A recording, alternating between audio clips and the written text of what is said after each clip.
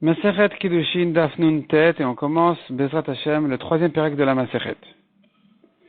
Celui qui a dit à son ami, va me marier telle femme. Il est allé, son ami, il est parti, et il l'a marié à lui-même.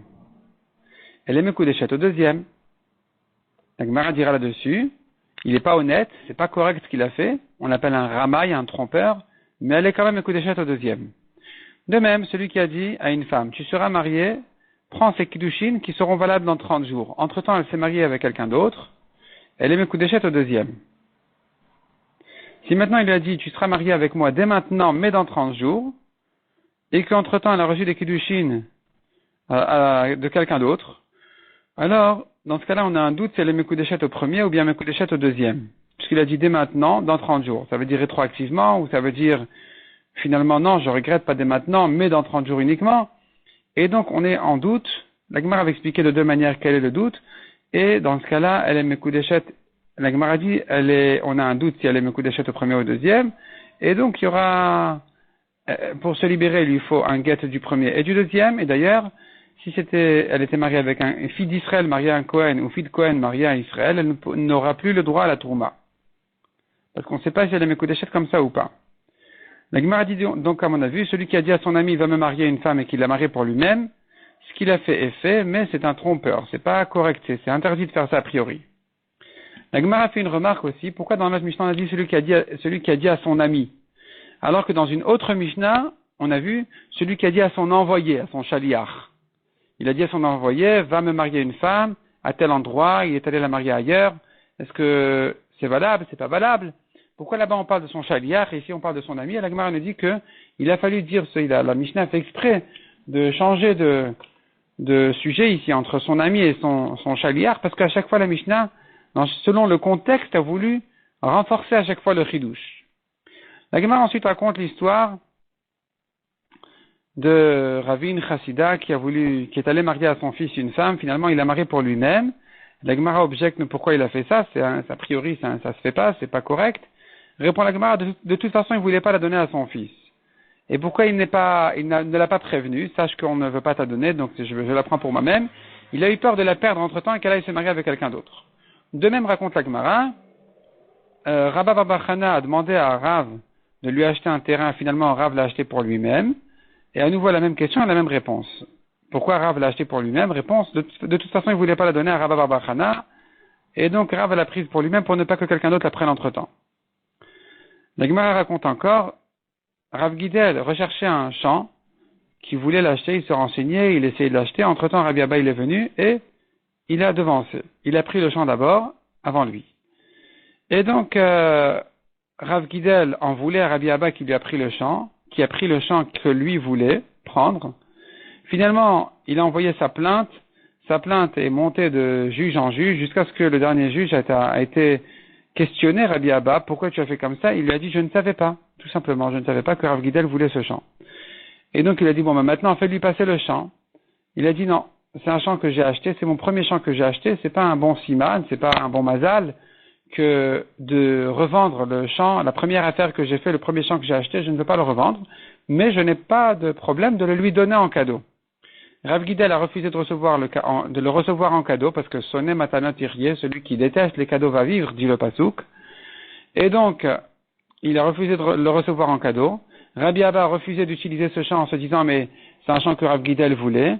Ce champ-là, finalement, a été abandonné et laissé au Chachamim de la Yeshiva. La Gemara dit encore, on a vu dans la Mishnah, celui qui dit à une femme, tu seras Mekudeshet dans 30 jours. La Gemara demande, si maintenant la femme, pendant les 30 jours, elle a dépensé l'argent, qu'est-ce qu'il en est des Kiddushin? Répond la Gemara, elle est Mekudeshet. Ça ne ressemble pas à un prêt d'argent, où elle n'est pas Mekudeshet, ça ne ressemble pas non plus à un gage d'argent, où il aurait fallu qu'il lui reste quelque chose. Ici, même si elle a tout dépensé, elle est Mekudeshet, parce qu'a priori, ça a été donné à la femme pour ses Kiddushin, donc ici, ça peut marcher. La Gemara maintenant demande, si la femme a changé d'avis, dans les 30 jours, elle regrette ses kiddushin, est-ce qu'elle peut ou elle peut pas? Selon Rabbi Yochanan, oui, peut venir une dernière parole et annuler la première parole, où elle a accepté les kiddushin. Resh Lakish dit non, elle ne peut pas annuler par une parole ses kiddushin. La Gemara dit, ici en fait, pour Resh Lakish, elle ne peut pas annuler, pourquoi? Parce que c'est pas vraiment une parole qui annule une parole. Au début, elle a reçu des kiddushin, c'est un peu une action. Et donc, on dit avec une parole, elle ne peut pas annuler cette action-là. Tandis que selon Rabbi Yochanan, il dit, elle peut annuler. La Gemara ramène plusieurs objections sur ce principe. Est-ce qu'une parole peut annuler une parole ou pas? On voit à propos de Touma que oui. On voit à propos de Touma que non. Et la Gemara dit, Touma c'est différent parce que les pensées qui font recevoir de la Touma, elles sont comme une action, on apprend ça du Pasouk. Et donc ça ne s'annule pas facilement par une pensée, il aurait une décision, il faudrait vraiment une action pour annuler ça. Mais en tout cas, chez nous, on reste sur la marloquette de Rabbi Yochanan et Resh Lakish. La Gemara ramène une autre version qui dit que leur discussion n'est pas sur ce cas-là. Leur discussion est sur le cas d'une femme qui a envoyé un shaliach pour lui recevoir ses kiddushin. Si elle s'est mariée entre-temps à quelqu'un d'autre, avant que lui prenne des kiddushin, c'est sûr qu'elle est mariée à celui avec qui elle s'est mariée. Si c'est son shaliach qui l'a devancé, c'est sûr qu'elle est mariée à son shaliach. Mais est-ce qu'elle peut changer d'avis avant que son shaliach ne fasse quelque chose? Sans action. Elle a envoyé son shaliach, va me marier, et le shaliach il est parti, et finalement elle dit non mais en fait je regrette, je ne veux pas qu'il me marie.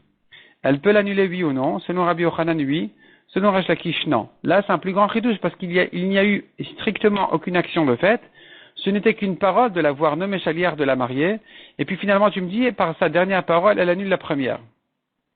Et donc c'est un plus grand chidouche, mais cependant la Gemara l'accepte, plutôt au contraire la Gemara elle objecte Resh Lakish selon cette version, et elle dit non, on voit pas comme ça, une parole peut annuler une parole. Quand il a envoyé un shaliach, ensuite il regrette, il peut l'annuler. Donc la halakha est comme Rabbi Yochanan, non seulement dans ce cas-là, mais même d'ailleurs dans le cas précédent, on avait vu qu'elle avait reçu des kiddushin, mais dans 30 jours, et donc dans les 30 jours, elle peut changer d'avis.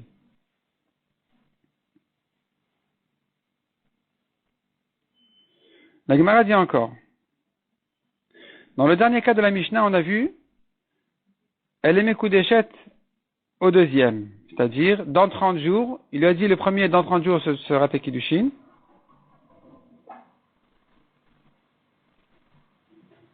Elle est Mekudeshet au deuxième si dans les 30 jours elle a reçu de quelqu'un d'autre. La Gemara dit selon Rav, elle est Mekudeshet définitivement au deuxième, puisque les kiddushin du premier n'allaient commencer qu'au bout des 30 jours, puis entre-temps elle s'est mariée avec quelqu'un d'autre. Selon Shmuel, elle est Mekudeshet au deuxième que jusqu'à la fin des 30 jours. Au bout des 30 jours, les kiddushin du deuxième, ils sautent, et reviennent les kiddushin du premier. La Gemara ne comprend pas pourquoi. La Gemara dit, on pourrait plutôt comprendre selon l'autre version qui dit que la discussion de Rav et Shmuel n'est pas sur ce cas-là, mais elle se rapporte sur le deuxième cas de la Mishnah où il lui a dit rétroactivement. Il a dit dès maintenant dans 30 jours.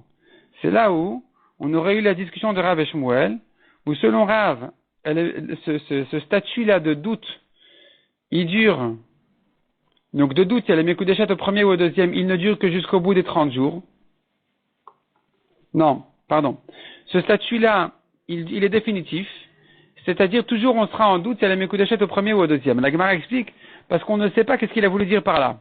Quand il a dit dès maintenant dans 30 jours, est-ce que c'est parce que il a regretté le dès maintenant, il a dit non finalement dans 30 jours, dans ce cas-là entre-temps elle était Mekudeshet au deuxième, ou bien je dis non, c'est rétroactivement, dès maintenant dans 30 jours rétroactivement.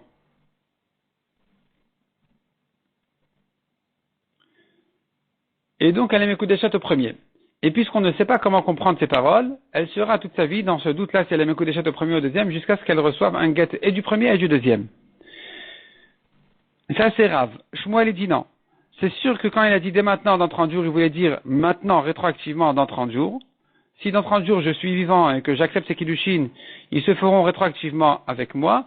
Si elle a reçu des kiddushin d'un autre entre-temps, alors elle sera en doute jusqu'à la fin des 30 jours si elle est au premier ou au deuxième, et quand les 30 jours se terminent et que finalement elle revient rétroactivement au premier, là c'est sûr qu'elle sera Mekudeshet qu'au premier.